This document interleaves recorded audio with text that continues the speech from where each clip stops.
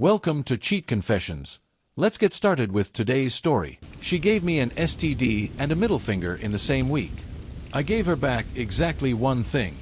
A marriage that was finished before she had time to think of another lie. My name is Gary Callahan. I'm 34 years old. I married Kimberly when I was 30 and she was 25. We dated for just over a year before I proposed. Some people said that wasn't long enough to really know someone. I thought I knew her well enough. I was wrong about that in a way that took years to fully understand. After we got married, we moved into a place my mother owned and settled into the kind of routine that feels like a life.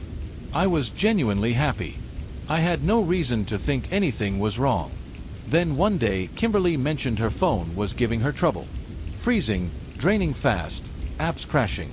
She was frustrated and I wanted to help, so I took it to a repair shop to have it looked at.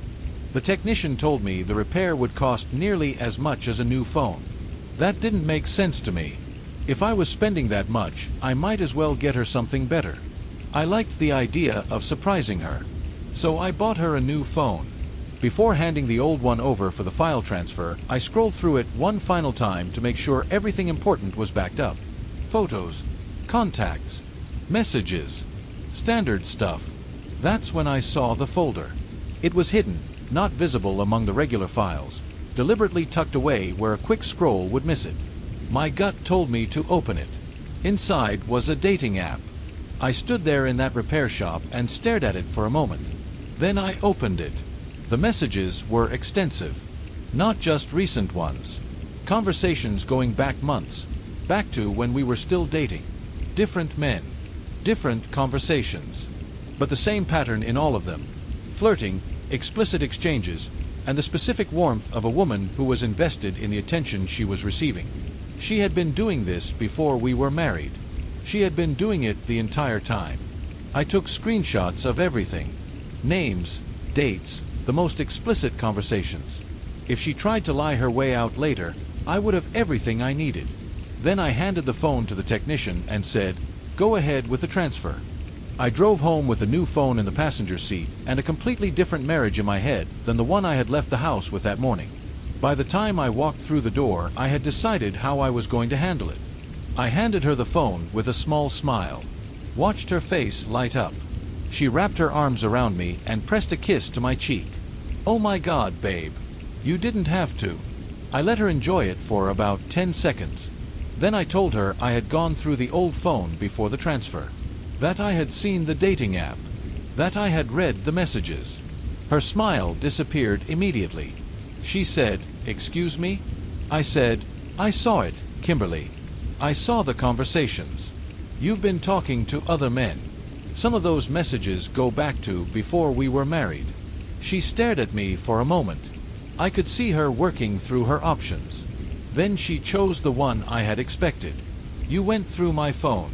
That's an invasion of privacy. Do you not trust me?" Deflection. Making it about my behavior instead of hers. I didn't move. I told her that wasn't the point. I asked why she had a dating profile and why she had been talking to other men for the duration of our relationship. She shifted. Looked away. Said she didn't mean anything by it. That she was just bored. That she never planned to actually meet anyone. I told her that giving attention and intimacy to men outside our marriage was how marriages ended, and I didn't want that happening to ours. I told her she needed to delete the app and cut off every person she had been talking to. That I needed her word it would never happen again. She nodded. Said she would do it right now. She pulled out the new phone and uninstalled the app in front of me. I watched her do it. And something in my stomach told me that wasn't enough.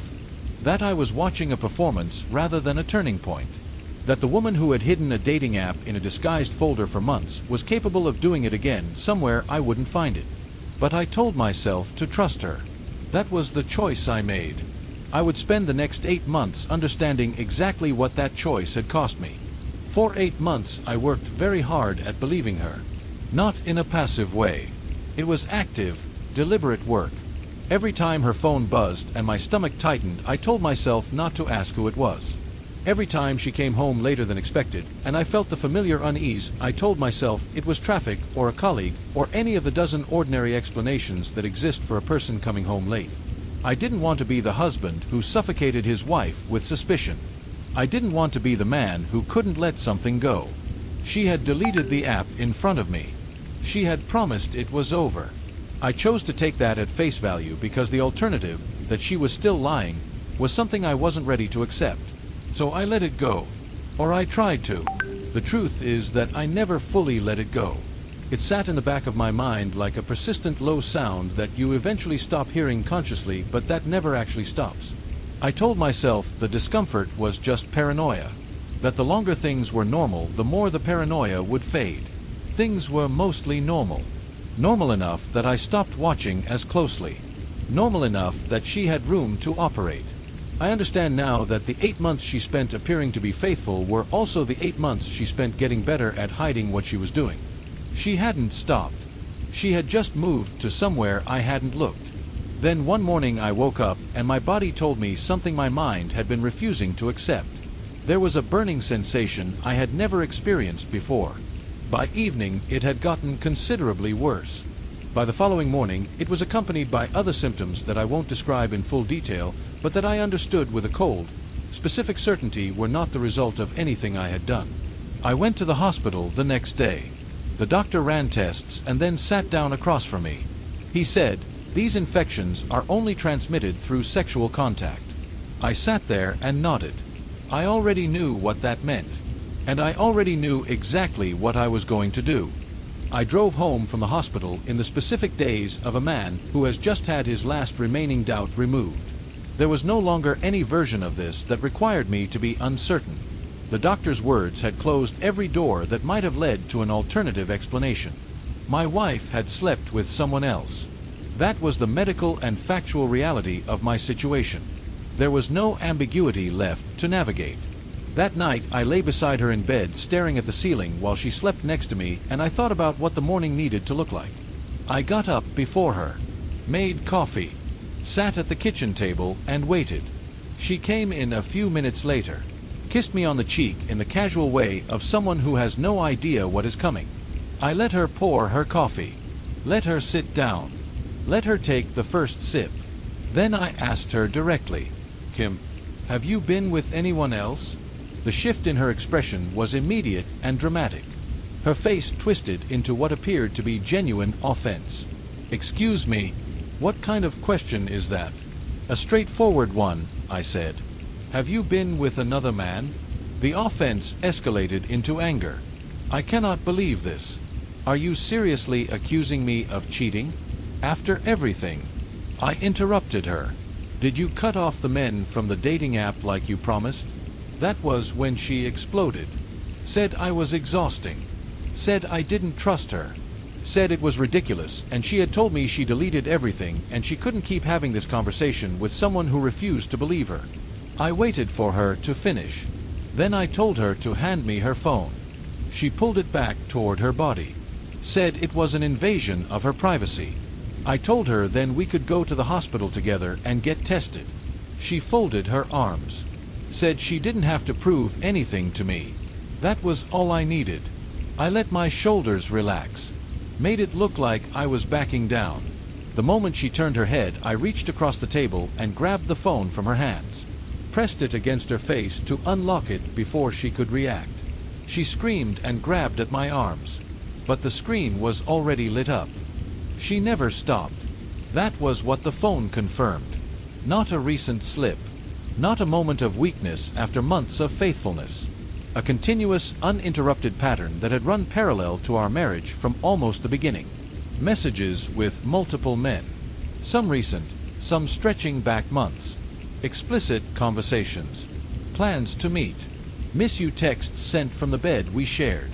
She had looked me in the eye 8 months ago and deleted that app in front of me. And then she had found somewhere else to put it. She had never stopped for a single day. I stood there scrolling through it with her grabbing at my arms and screaming at me to give it back, and I felt something settle in my chest that I can only describe as the specific peace of a man who no longer has to wonder. I didn't wonder anymore. I lowered the phone and looked at her. "How could you do this?" My voice was completely flat. Not from composure exactly. From the particular state that lies on the other side of a shock so complete that emotion hasn't caught up to it yet. She didn't cry. She didn't apologize. She didn't try to construct an explanation or buy herself time with tears. She looked at me with an expression I had never seen on her face before. Not guilt, not fear, something harder than both, and she raised her hand. Middle finger. Right to my face. I stood there looking at it for a moment. Then I said, "Pack your stuff. This marriage is over. I want you out before I get back." She smirked. The smirk of someone who thinks they're watching a bluff being played badly. I picked up my car keys. I walked out the front door. I drove a few blocks down the road and pulled over. Picked up my phone and called my lawyer. Told him I needed the best divorce attorney available and I needed to start the process immediately. Then I drove to my parents' house and told them I needed a few days. They didn't ask questions. They let me in. I didn't go back for 2 days. When I did, the house was empty. She was gone. It didn't take long to find out where she had gone. She had moved directly into another man's house. One of the men from the phone. Someone she had been seeing while we were married, possibly for longer than that. She didn't go to a friend's place or back to her family while she figured things out. She went straight from our house to his. Like the transition had already been prepared. Like she had already known this was how it was going to end. I sat with that information for a while. The specific particular pain of understanding that while I had been actively working at trusting her, all those months of talking myself out of my instincts, all that effort at believing her word over my gut, she had already been planning what came next. Not just cheating. Building a parallel life she could step into the moment this one became inconvenient. The divorce process was exactly as difficult as people who have been through it describe, and nothing like how people who haven't imagined it. It isn't paperwork. It's the dismantling of the version of your future you had been living inside. It's waking up and recalibrating every memory you had of the relationship. Not because the good moments weren't real, but because you now understand they were happening alongside things you didn't know about, and that context changes everything. I won't pretend it wasn't brutal. It was. I loved Kimberly genuinely and completely. I had given the marriage everything I had. The pain of losing it wasn't diminished by the fact that she had made it necessary. If anything, the knowledge that I had done everything right made the loss more specific and more difficult. There was no version of this where I could tell myself I should have tried harder or loved better. I had tried. I had loved. And it hadn't mattered. That's the particular cruelty of being betrayed by someone you trusted without reservation. It doesn't fail because you did something wrong. It fails because they chose something different, and you were never really part of that choice. The divorce finalized on a Thursday. I remember the day clearly not because of ceremony. There wasn't any. But because of the specific lightness of walking out of a lawyer's office knowing that what had needed to end had finally ended officially. That the legal machinery had caught up to the reality I had been living for several months. I drove home to the apartment I had rented after leaving the house. A smaller place, quieter, without the specific weight of rooms that held the memory of a marriage I was still processing. I had furnished it simply and deliberately. Nothing that had belonged to a version of my life I was no longer living. I made dinner, ate alone, watched something I don't remember, and I thought about the choices I had made across the years of that relationship. Not with bitterness, with a specific clear-eyed honesty that becomes available once you've removed yourself from a situation completely and can see its full shape rather than just the part of it you were standing inside. The first thing I understood was this: the 8 months between finding the dating app and finding the proof on the phone were 8 months I spent working hard not to trust my instincts. My instincts were correct the entire time. The work I was doing was the work of overriding the accurate information I already had because I preferred a version of reality that didn't require me to make a painful decision. That cost me 8 months and an STD. The second thing I understood was that her response to being caught, the middle finger, the smirk, the complete absence of remorse, was not a product of the moment. It was a revelation of character. She was not a faithful woman who had made a terrible mistake. She was someone who had been living this way consistently and who, when finally confronted with evidence that couldn't be denied, felt no obligation to perform even the minimum of contrition. That information arrived too late to save the marriage. But it arrived early enough to save me from wondering if I had made the right decision. I hadn't ended a marriage that could have been saved. I had ended something that had never been what I thought it was. I'm writing this from a place that feels steadier than anything I experienced in the years I'm describing. Not healed in the sense of having forgotten, but rebuilt in the sense of having constructed something on more honest ground. Something that doesn't require me to override my own instincts in order to maintain. The experience cost me more than I want to enumerate. Time, money, health. The specific kind of faith in your own judgment that gets damaged when you realize you were wrong about something you were certain of. That last one took the longest to recover. But it recovered. What I know now that I didn't know at 30 is that attention is information. The tightness in my stomach when her phone buzzed was information. The stories that arrived too complete and too quickly were information. The instinct that told me the deleted app wasn't the full picture was information. I overrode all of it because I was afraid of what acting on it would cost me. What I failed to understand was that not acting on it was already costing me more. It was costing me in increments I couldn't see. 8 months of building trust in something that wasn't real, 8 months of emotional investment in a version of my marriage that existed primarily in my own conviction. I share this not to generate sympathy. I don't need it and I'm not asking for it. I share it because I know there is a man somewhere reading this who has a tightening in his stomach when certain things happen and who is working very hard to convince himself it means nothing. Who is choosing the comfort of uncertainty over the disruption of acting on what he already knows. Your instincts are information. They are usually the most accurate information you have. When someone shows you who they are, clearly, unambiguously, with their behavior rather than their words, believe it the first time. The middle finger she gave me on that morning was the clearest thing she ever communicated in the entire marriage. She was telling me exactly who she was and exactly what she thought of me. I finally believed her. And I walked out the door. Thank you for watching.